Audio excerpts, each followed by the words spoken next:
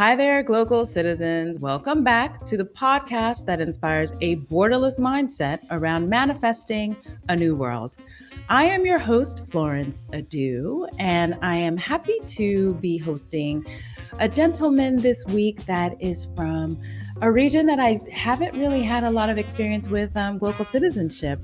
And so I'll just jump right in with the introduction and then we'll get into our hopefully very lively conversation. So, my next guest is a social entrepreneur, innovator, and artificial intelligence enthusiast with an ICT background and more than 20 years in information systems, mainly in higher education. He has founded and led 2 startups in edtech in Tunisia and is currently mentoring and coaching startup founders and giving advice in e-learning, e-publishing, e-marketing, and e-business. He is currently one of 371 Swedish Institute scholars, enabling him to pursue a master's in computer science for sustainable development in Sweden. And in 2019, his eHealth project was chosen to be among 75 projects from across the globe. This is an international competition. So he was selected to incubate and launch in the Startup Visa program in Denmark. So I'm so happy to welcome Nadhir Douma to the podcast. Welcome, Nadhir. Hi, Florence. Thank you so much for your kind invitation. Yes, wonderful. So tell us more. Where are you from? Where are you local? And what is your craft in your own words? Sure. So, my name is Nadhir. I am born in Tunisia. And so, Tunisia, for those who do not know a lot about it, it's a country in North Africa by the Mediterranean Sea. So, I was grown there in a nice town called Sousse. It's a coastal town by the Mediterranean Sea. And now, actually, I am in between Sweden and Tunisia because I got, the scholarship from the Swedish Institute to study a master in applied computer science for sustainable development. For now, I'm studying online, so I am physically speaking, I'm still in Tunisia, and probably next year, next semester, I should be there to validate, the final project and the diploma. Okay, great. And so, what would you say is your craft? Okay, so my background is in information technology, and in recent years, I tried to make a shift towards using technology for a better human experience and for a better world and a better environment for all humanity. So I'm trying to use or to help people how to best use information technology, to make impact. So this is my main, craft, especially in the least 5 years. Mhm. So, how did information technology become the area that you focused on? So, what in your background or in your education inspired you to move into that specific space for the impact work that you were engaging in? Yeah, so basically, I studied in my small village here in Sousse, and then I moved to the capital for high school, where I was accepted in a special school called English Pioneer School of Tunisia. And this school is specialized, in teaching English for pupils, and it is really for the brightest students in the country, say maybe top 1%. And this was, a shift in my life, in my early life, because I was 11 when I joined the English Pioneer School, where I had the chance to learn, maths, physics, science, and English, and that was really beneficial till date. And there I was, we were at that school, maybe the first school in our country to use computers. And I'm talking about, mid 80s. We were, Mm, in the forefront of using technology in the mid 80s, maybe in the whole Middle East and Africa region. mm. So that really shaped my orientation later, where I did the computer engineering bachelor degree and graduated in '99. Okay, got it. And so you've done your studies and you focused on information technology. and then it's time to enter into the work world. So what were some of your first working experiences as I guess as your school being a little bit pioneering with technology, what kind of roles were you able to move into? Sure. So I started as a web developer, so doing Okay. websites, Hmm. mainly dynamic websites, and later e-commerce. By the way, my final year studies in university was about e-commerce. That was the first one about e-commerce in the country. That was in '99, as I said. And so from the beginning, I was, trying to be, to following the newest trends. Hmm. That's also one of my aspects.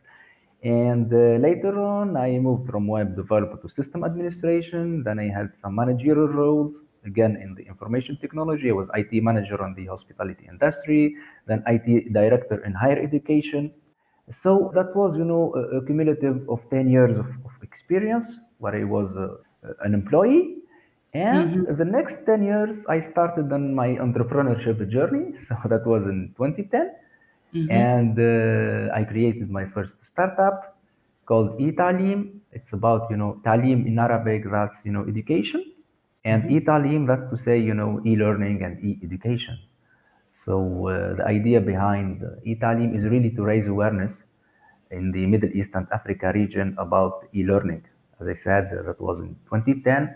So I was one of the early adopters and one of the early entrepreneurs to talk about e-learning in the region. Mm-hmm. And so that's in 2010, that's more than a decade ago. Yeah, And so how would you now categorize the status of e-commerce, e-learning, just the digital economy and digital life in the region or in Tunisia specifically as well? yeah.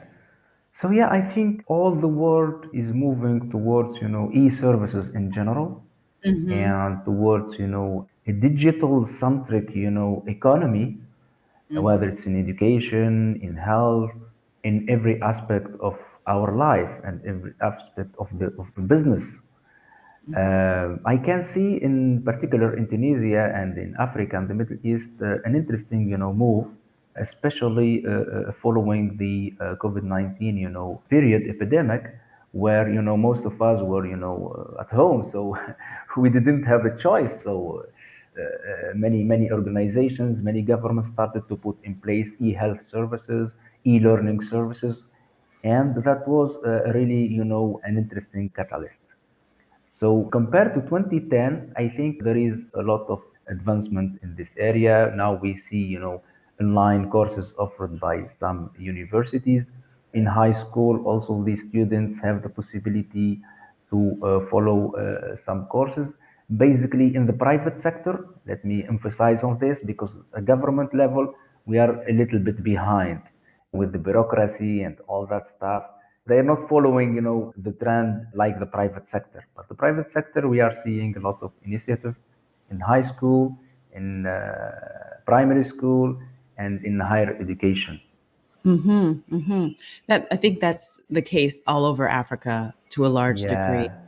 And Yeah. so I'll give you a little bit of background on something that's a hot topic debate currently in Ghana.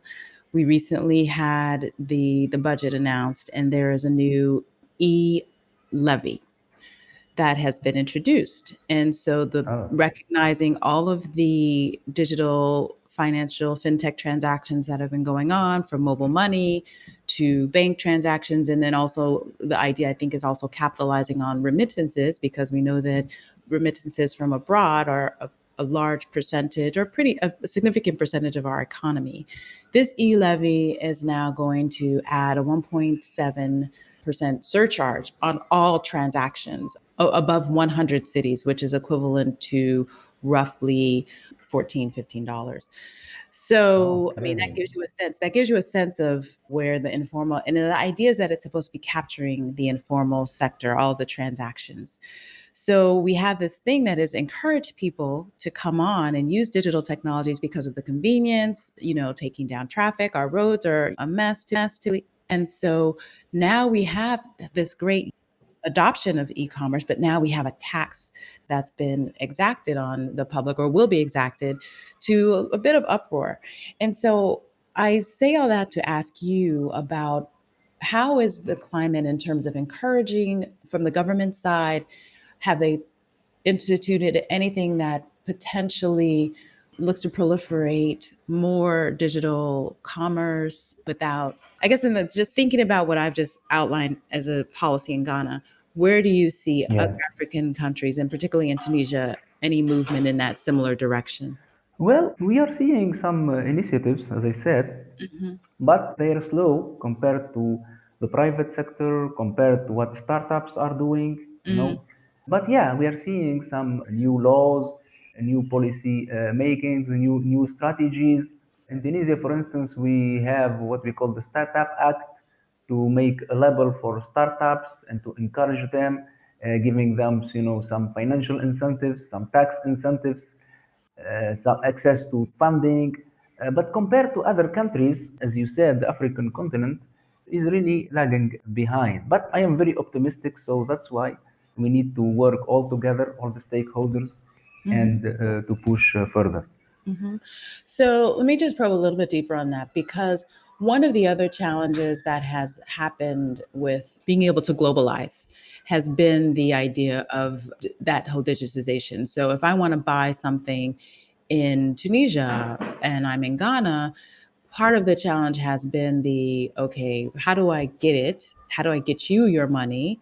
And how Yeah, do I make sure that you actually will send it to me?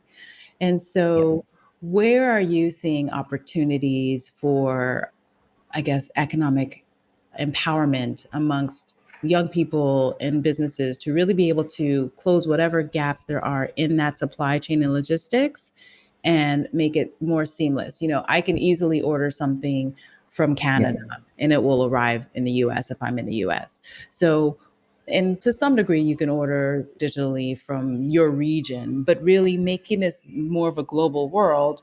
What are you seeing as some of the key additions, subtractions that will make that a reality? Yeah, good point, Florence. Good point. Because technically speaking, business speaking, it's really, feasible, and we can do what you were mentioning. I mean, this should be feasible. As a Ghanaian, you should be able to buy something from Tunisia and vice versa, and you should be able to pay online using, mobile payment, or using, online payment. But unfortunately, there are some constraints, illegal aspects, Mm-hmm. mainly in relation with the currency, in relation with the central banks. Here in Tunisia, for instance, till date, as a Tunisian citizen, we are not able to hold the currency.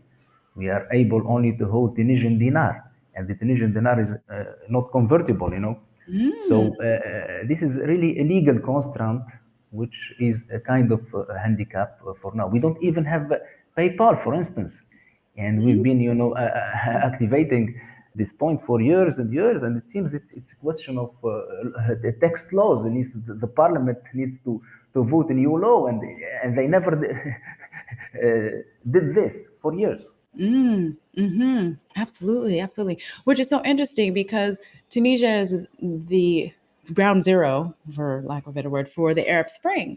And so we know that that was largely influenced by digital communication and social media.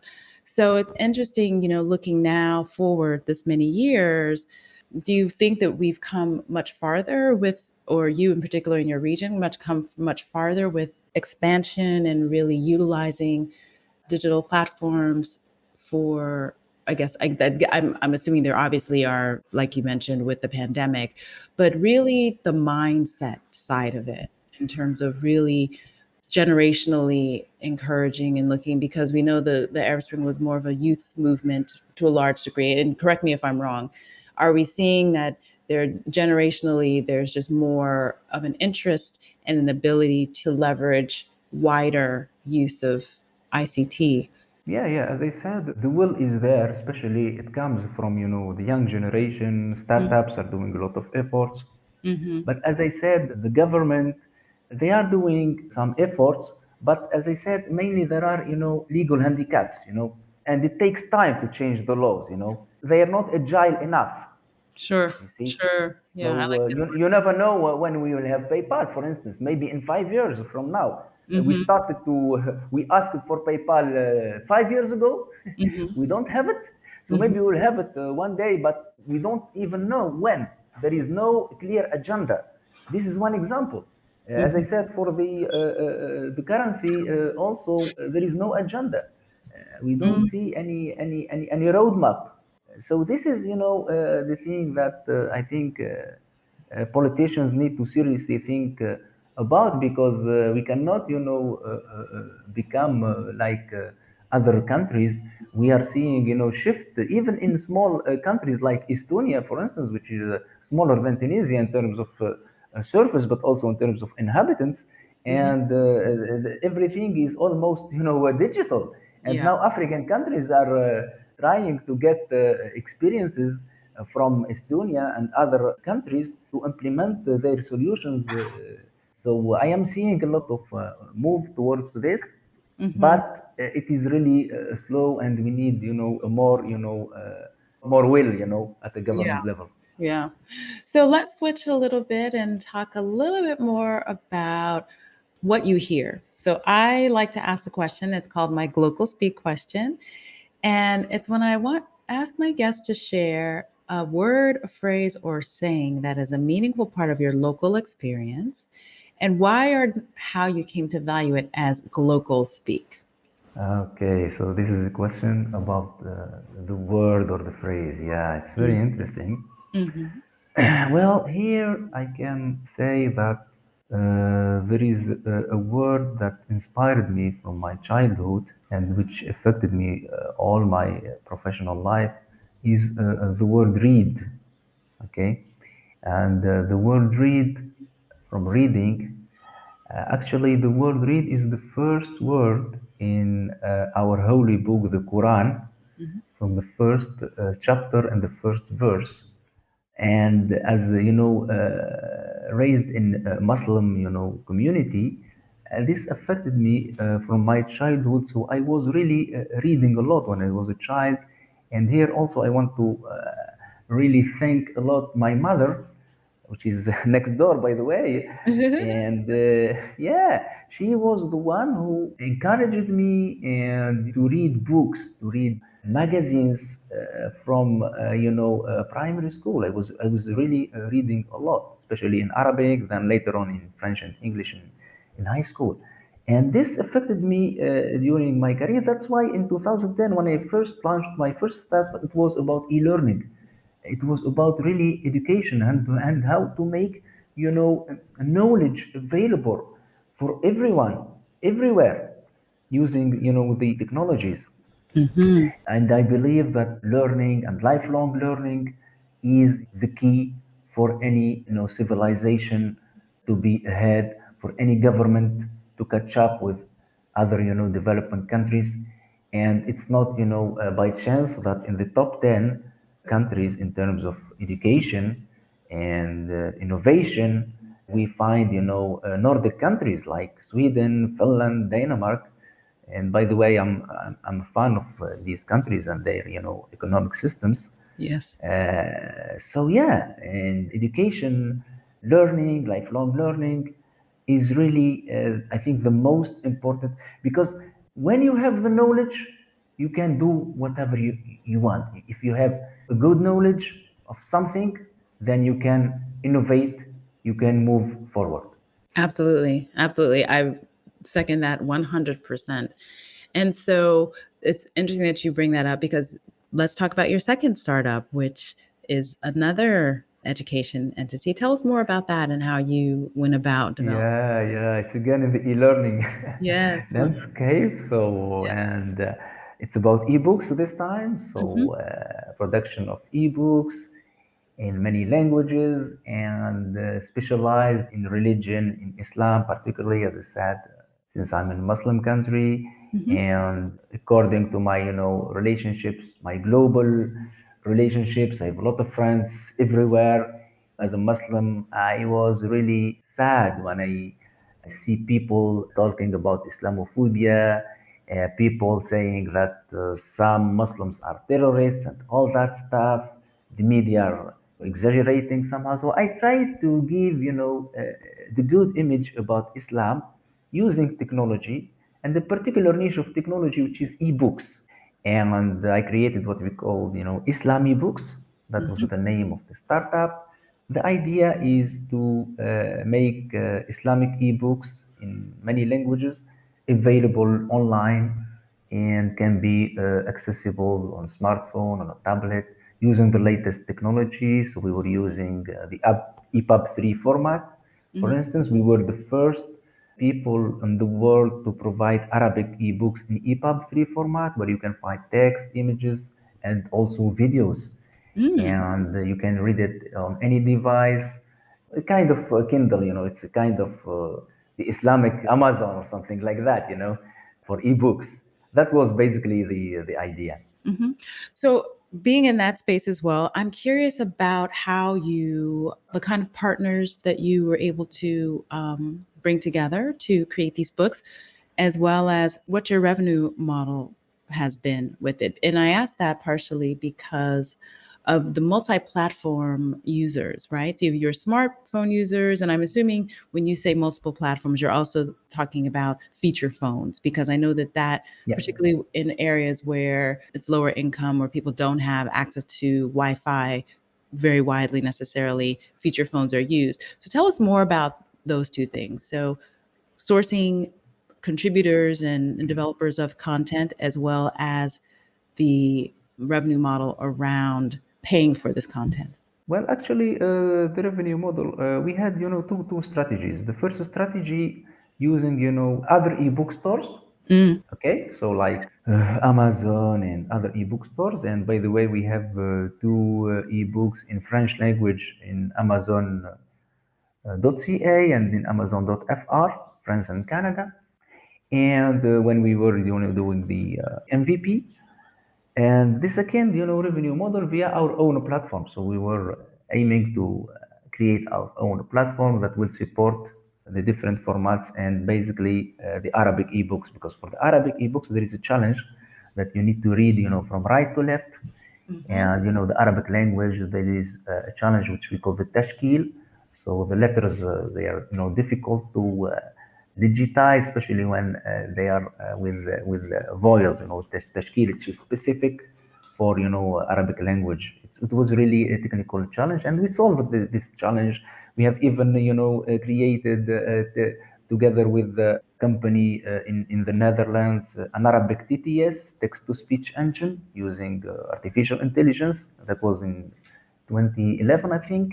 So we were also, at the forefront of using emerging technologies for the education sector. As I said, we created, EPUB 3 books with videos inside. So in terms of revenue models and business model, we have these two, revenue streams. But we were, at an early stage, we created the MVP, the first prototype. We participated in the World Summit Award, and we were selected top 40 globally in the e-learning category.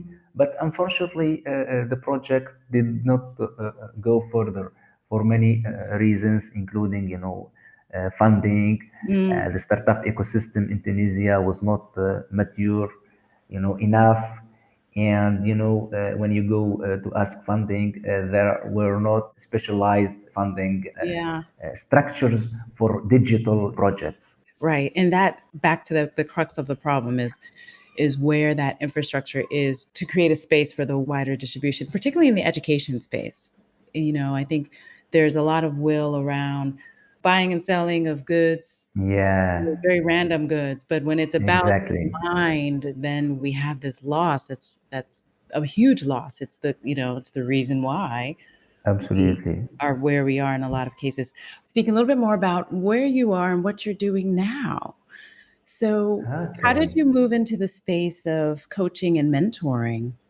Okay. So, in the recent 5 years, I mainly give strategic advice to tech companies, to startups, trying to help them in many aspects, Mhm.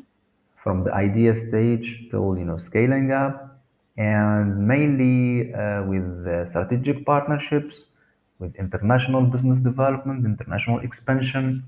So this is the main aspect. I'm helping Tunisian startups or even startups in other countries because I have, I'm helping also startups even in European countries to Hmm. scale to other countries. Mm. So yeah, it's amazing, when you are a remote worker. Because by the way, it's been 5 years that I'm working almost fully remote and from my home office and with clients, partners globally in the five continents.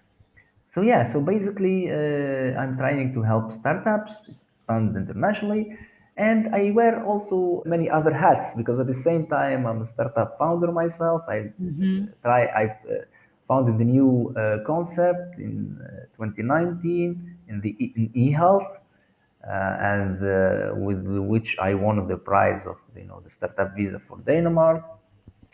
At the same time, I've just quit another startup in edtech. And yeah, I'm planning also to launch a new startup in the coming months, and it will be hopefully in the climate tech Oh, because wow. and this is the major challenge for Yes. humanity now is climate Yes. change. So I think I should do something. I should contribute to the global efforts in this regard. I've just joined the a think tank called Hope Now, Okay. headquartered in Switzerland.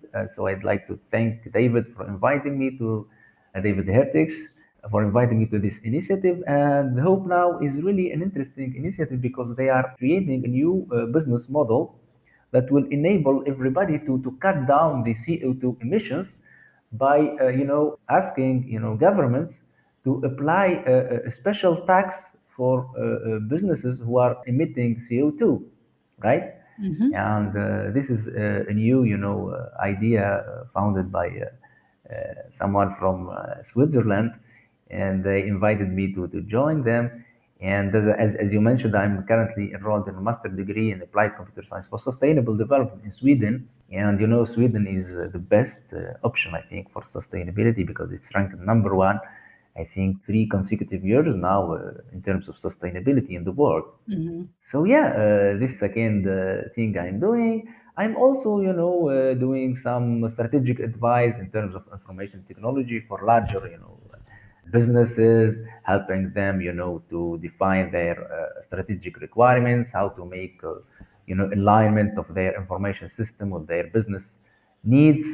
Now, information technology is everywhere, digital is everywhere in terms of business. So it's really compulsory to think technology. And they can say even now we need to think artificial intelligence from day Hmm. one in businesses. And now we are talking about an AI first approaches. And here I'm trying to help businesses how to align, strategically speaking, technology and artificial intelligence in their business needs at the strategic level, at the governance level. Now we're talking about information technology governance. So yeah, this is also something I'm happy. I'm still happy to do. Sure. So I'm curious about the AI aspects because there's so many different thoughts around, we know that it is there. We know that self-driving cars are going to be or already are a reality. We know that just the algorithms of all of our technology are moving in that direction. And so, particularly for Africa, Yeah. how do you see AI taking a stronger hold? And what are some of the challenges or the pushback that you can see will probably take place, given Africa is not a monolith, but we have certain similar frameworks that we operate under. So given some of the general environmental and such constraints, what are your thoughts on how AI will develop and move forward in Africa? Oh, interesting question. Mm.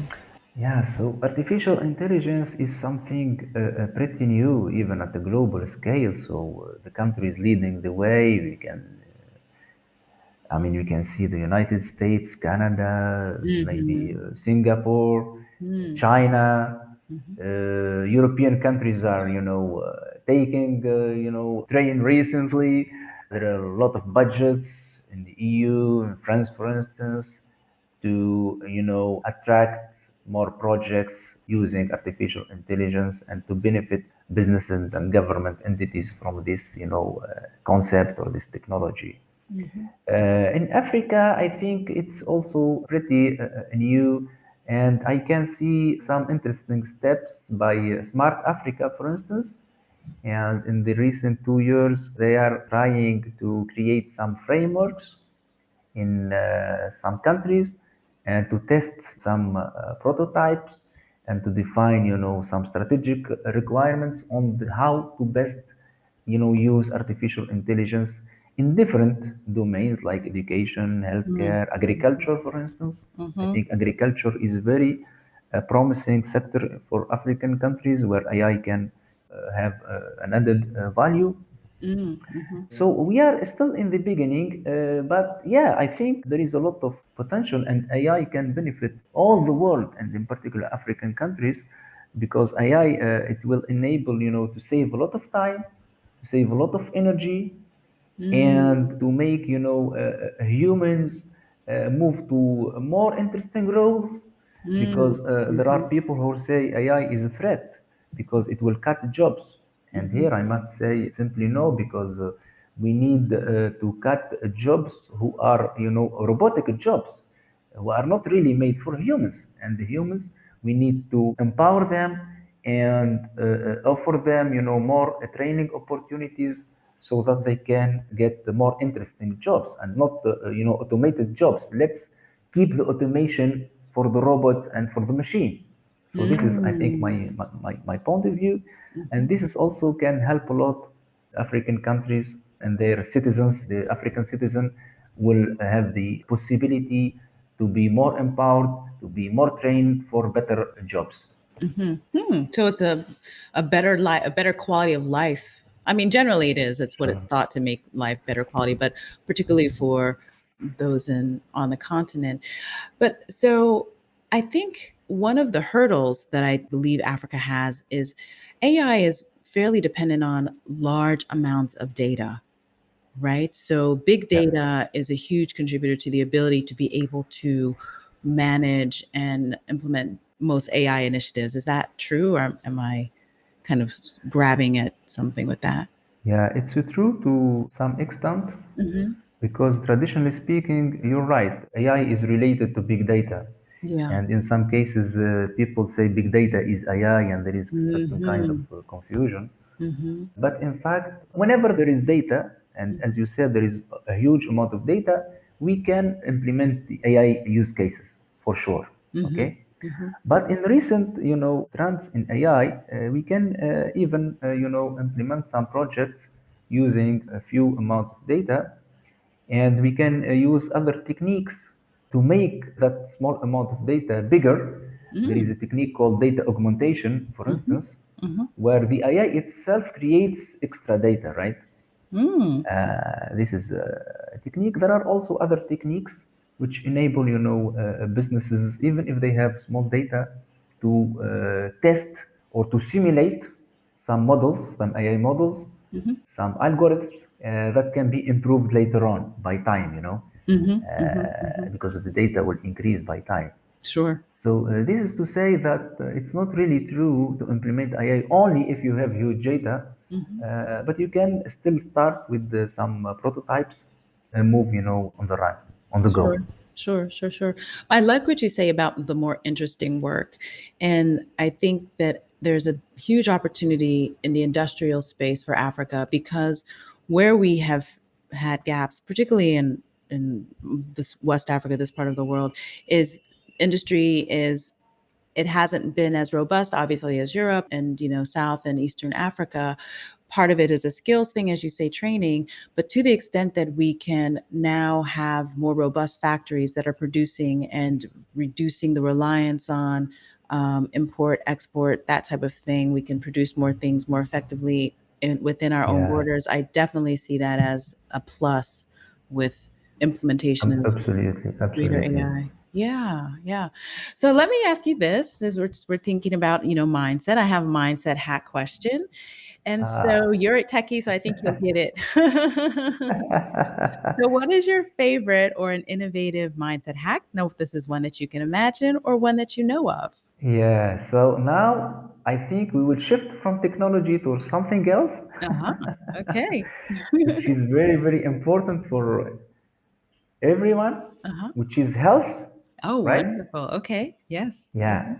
So my mindset hack is really, alternative medicine, right? Mm-hmm. And it's been 5 years that I not only discovered alternative medicine, but I'm using it on a daily basis. Mm-hmm. So when we say alternative medicine, it's, phytotherapy, aromatherapy, forest Mm. bathing, meditation, nutrition. Yeah. And now we're talking about food as a medicine. And yeah, so I had the chance to be in touch with my dear friend, phytotherapist, Mohammed Barhoumi. I'd like to say hi to Mohammed because Uh-huh. he's also my co-founder with my Danish startup. Okay. My Danish startup, it was at the intersection of mental health, phytotherapy, and genetics, by the way. And yeah, so I didn't imagine that one day you'll never go to the doctor Mm, mhm, by mhm. just eating the right food in the right time, for instance. Yeah, so now it's been 5 years. Me and my family, we never go to the doctor. We are using medicinal plants. We have strict diet. Personally, I am on intermittent fasting, on a daily intermittent fasting Okay. since 5 years now. Okay. And so yeah, alternative medicine, I think there is a lot to learn from ancient scientists. And if we take ancient scientific literature Yes. and we add to that the new research, and this is what is done in so many research labs globally, especially in prominent universities, I think we can solve a lot of issues. I absolutely agree. So tell us, what is phytotherapy? Phytotherapy is using medicinal plants Okay. So plant to therapy. to treat illnesses, or but mainly to prevent Hmm. illnesses, or Hmm. even to treat them, including cancer, mental Sure. health issues, eczema, whatsoever. Yeah. There is a solution for every problem. Yeah, with the plant. Absolutely. I agree. And so in your alternative, are you mostly using your indigenous types of plants? Because I know that that's part of the sustainability of it all, things that are local to Yeah, you, or, is obviously some things you can't get, but because the yeah, time has changed and everything doesn't grow everywhere. But for the most part, are you a gardener as well? So tell us more about how you implemented and access yeah, your yeah, alternatives. yeah. By the way, I live in a small farmhouse, Okay. so I am immersed in nature. Yep. Yep. I'm trying my best to grow some organic food, Okay. okay, but Yep. I need more efforts in this. Uh-huh. But yeah, we have olive trees. I have some interesting organic fruits. This is at small scale. Uh-huh. But at a larger scale, here in Tunisia, we have a lot, of interesting plants, organic plants, Yeah. like we are known, for instance, for rosemary. Yes. And rosemary oil is very, very interesting for Mhm. many, health issues, either as a prevention, as I said, or as a treating, including, inflammatory issues, and including COVID-19, Mhm. for Mhm. instance, because it's very useful for the lungs. Rosemary oil is one of my favorites. It's Mhm. Mhm. always on my desk. Okay. So in Tunisia, we have rosemary. We have also some other, interesting plants. We have what we call in French, it's called figue de Barbarie. Fig the Barberry. Figue de Barbarie in French. Okay. It's, that kind of a fruit which is spiky Uh-huh. and prickly pear. Yeah. Prickly pear. Okay. Yeah, yeah. And the Okay. prickly pear is used here to they extract from it an oil, the prickly pear essential oil, and it is widely used for cosmetics. It's an organic, Ah, yes, the a cactus. product used for cosmetics. Uh-huh. I have this plant in my garden. Mm-hmm. Okay, okay. So Mhm. this is also typical of Tunisia, and I know some startups need to go back to startups who are, using, implementing some kind of projects, and they are exporting their products to other markets. Mm-hmm. So yeah, phytotherapy is really, medicinal plants, essential oils, and food in general. Food as medicine, as I said. This is my slogan for the 5 recent years, Yes. because if you know what to eat and when to eat it. So as I said, by just knowing what to eat, how to eat it, when to eat it, you can save a lot of time and energy and money in terms of your health. Yeah, I think that's absolutely true, and I second that. And we might look to you for a few links or tips for some of the resources that you use to add to the show notes, because we always like to have very interesting show notes for our guests. Yeah, yeah, sure, sure. Yeah. So this is kind of segue into who you are outside of the startup social entrepreneur who's very much in the tech. I like to ask this question in particular because it's how most people use their time on a regular basis. So, are you a reader, are you a watcher, or are you a listener? Oh, well, to be honest with you, as I said, I used to be reading a lot Mm-hmm. during childhood, high school, university. Mm-hmm. But when you enter the business world, you cannot find time to read Yeah. whole Yeah. books. Yeah. I know. So basically, I read the book chapters, I read reports, I read Mm-hmm. insights, I read a lot of articles Mm-hmm. on a daily basis, basically related to my areas of expertise and to my work, right? Mm-hmm. And I also watch some, extracts, some videos. I listen to some podcasts, but it's really on a micro learning, approach, right? Mm. So I usually gain a lot of knowledge on a daily basis at different disciplines, but not really specialized on a particular area, right? Okay. So then what do you do? What do you do in your leisure in terms of just living life? Or if so, since you're not reading for leisure, are you watching Yeah. for leisure? Are you listening for leisure? How do you spend that time? I am gardening. Ah, yes, of course. I thought that would be. So So you're this is watching your my garden. favorite. Yeah, it's my favorite. Yeah, it's really, relaxing. The top of well-being is really when you touch the tree, when you touch the soil. And here I read a lot about this, and here it's scientific research. It's not only my perception, Uh-huh. but science says that when you go to the forest, you are increasing your well-being. When Yes. you touch the soil, you are, decreasing, negative vibes, and you are increasing positive vibes. Yeah. And this is science. Yeah. So it's really amazing. It's Yeah. really amazing. Yeah. So I am gardening a lot. I play with my children. Hmm. It's also, interesting, to play with the kids.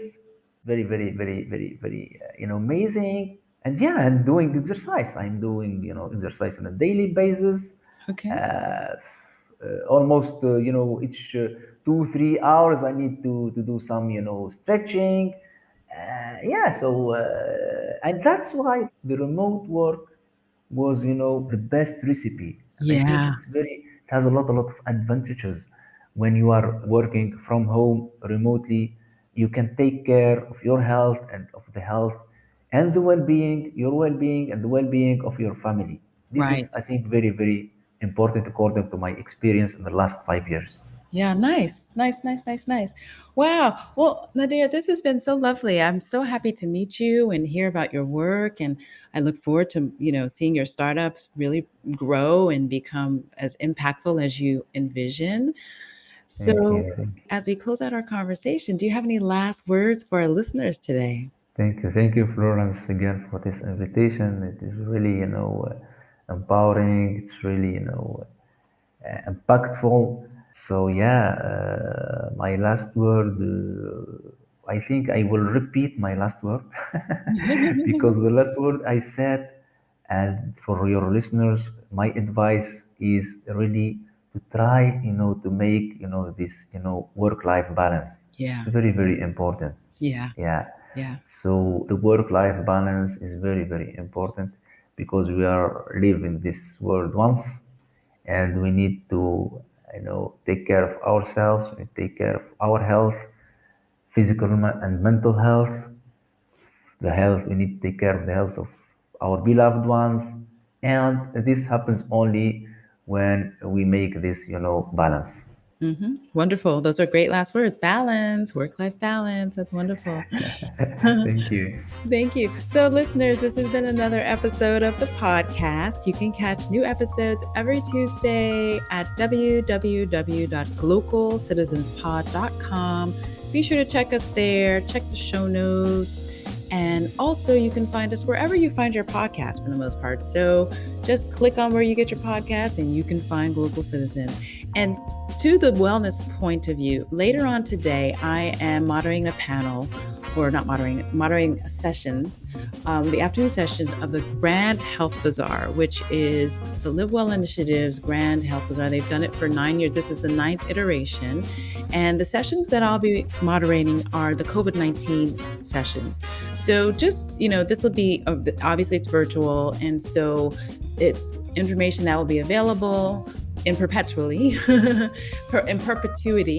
for those who are interested to learn more about health and ways that the globe is dealing with a very health-focused perspective on COVID-19. I think we've somehow gotten a little bit away from the health side in some regards. I mean, vaccination is one thing, but just as Nadhir said, when you take care of yourself, you have this whole other way of dealing with illness and disease and all of those things. So I really encourage folks to take a listen to that. And that's, again, the Grand Health Bazaar. Notes will be in the show notes. And so until next time, listeners, bye for now.